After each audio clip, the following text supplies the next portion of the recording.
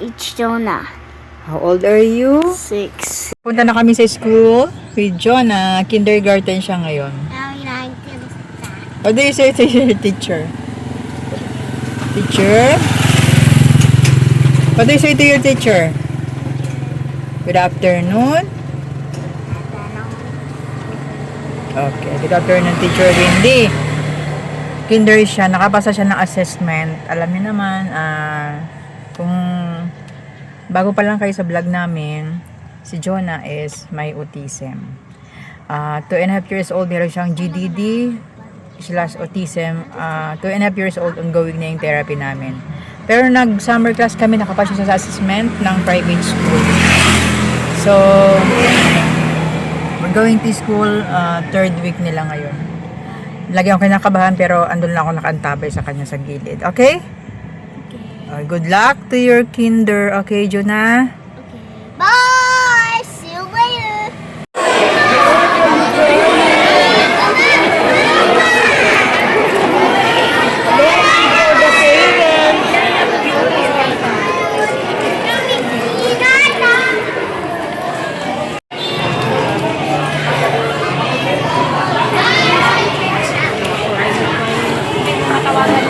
Kasama ako, si Sia. Hindi siya nasundo ng kanyang papa. Maybe he has a work, no? Sia?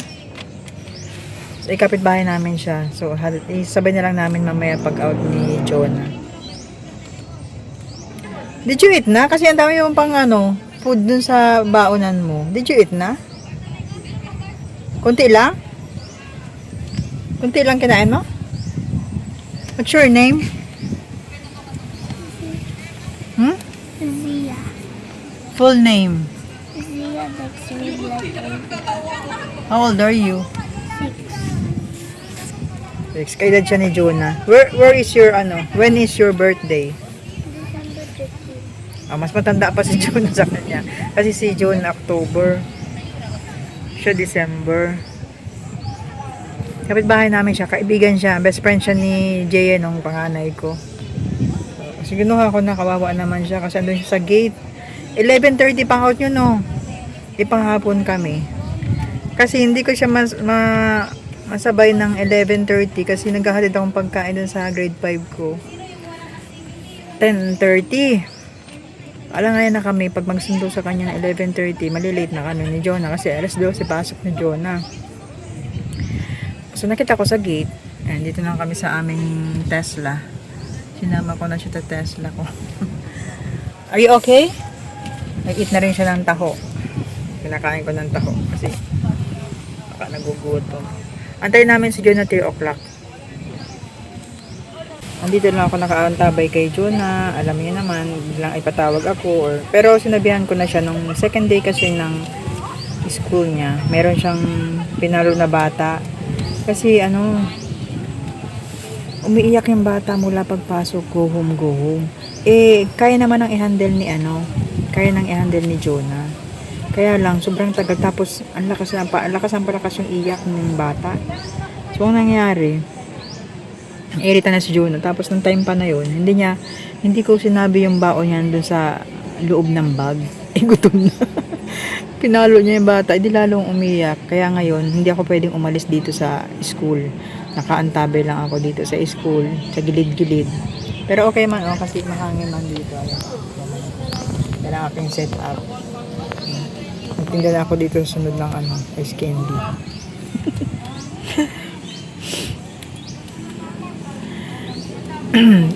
Pero kaya na i-handle ni Jonah, sinabihan ko siya kapag kagaya kanina. Nung papasok pa lang kami, sabi ko, when the baby is crying, do not touch. Yun, sabihan ko man siya. Alam na niya. Sana makatawid kami ng kinder para makakuha siya ng LRM. Ito ang nanay. Anyway, ito yung nanay, mga nanay dito. Gaantay, mga kinder yan. Si Jonah, di ba, alam niya naman.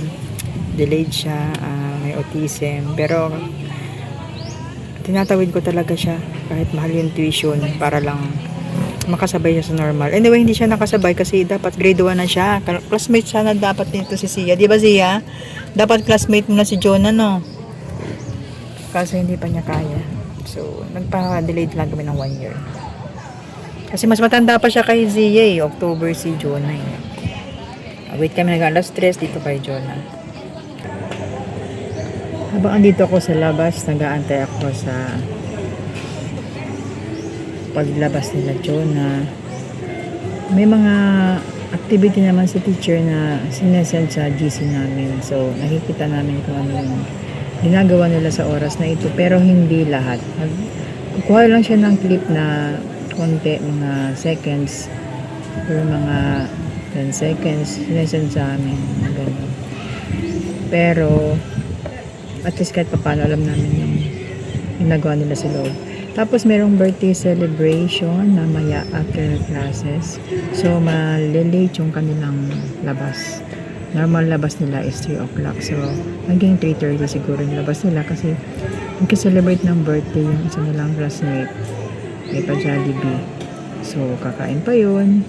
Antayin pa matapos yung mga bata. Magbibigay pa ng mga tawag dito yung loot bags. And magsing pa ng happy birthday sila. So, mga 30 minutes pala. Past 3:30 na sila makakalabas. So, yan yung mga ginagawa activity nila Jonah. Well, nandito naman kami sa labas mga nanay. Ito lang ako kasi from time to time, baka tumawag si teacher. Kung anong problema, madali ako makatakbo. Kaya hindi talaga ako maalis dito sa labas. Masarap naman dito sa labas kasi mahangin. Sarap nang matulog. Parang gusto ko nito magtinda. Yan yung lugar, maraming puno yan, Sila Jonah, doon yung school nila. Ayan, sa loob. Tapos, yung covered court. Meron yung simbahan. Kasi Catholic school to.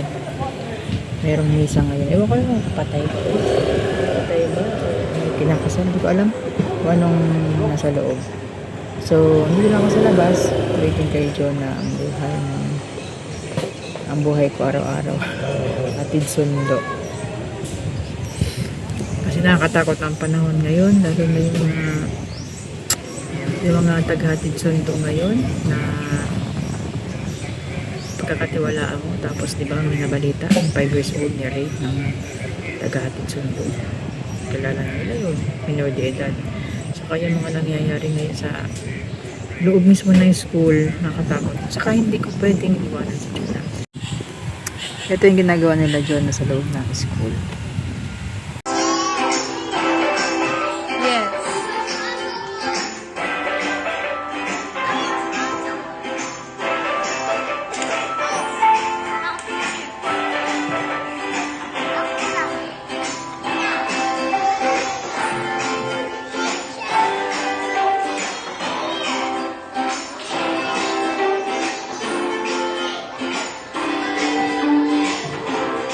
Happy birthday, happy birthday, happy birthday. Dati nagkayaya si Jaya.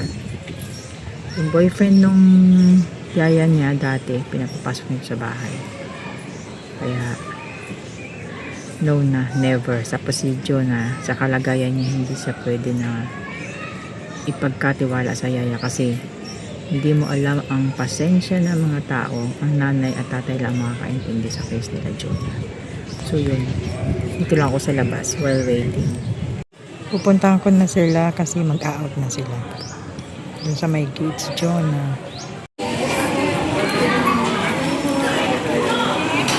Out na sila.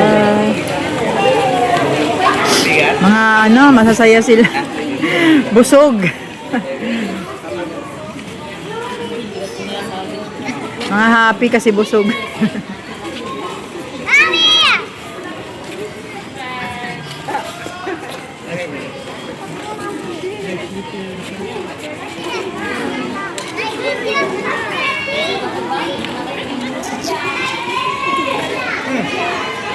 Kay tomorrow, ha?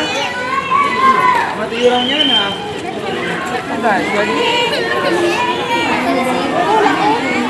Where's Jonah?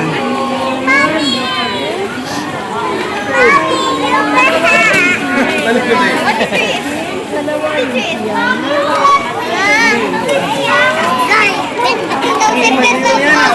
Kira, kira, kira, kira. Ano to? Ay, daming pagkain ni Jonah. Busog na. Hindi binawasan. What did you eat? What did you eat? Spaghetti?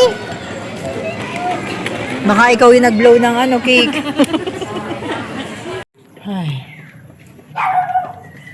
Pauwi na kami. Ang tagal namin mag-antay dun sa gate. Tinatay namin tong isa. Ang tagal-tagal lumabas. Sumakay pa talaga. Eh,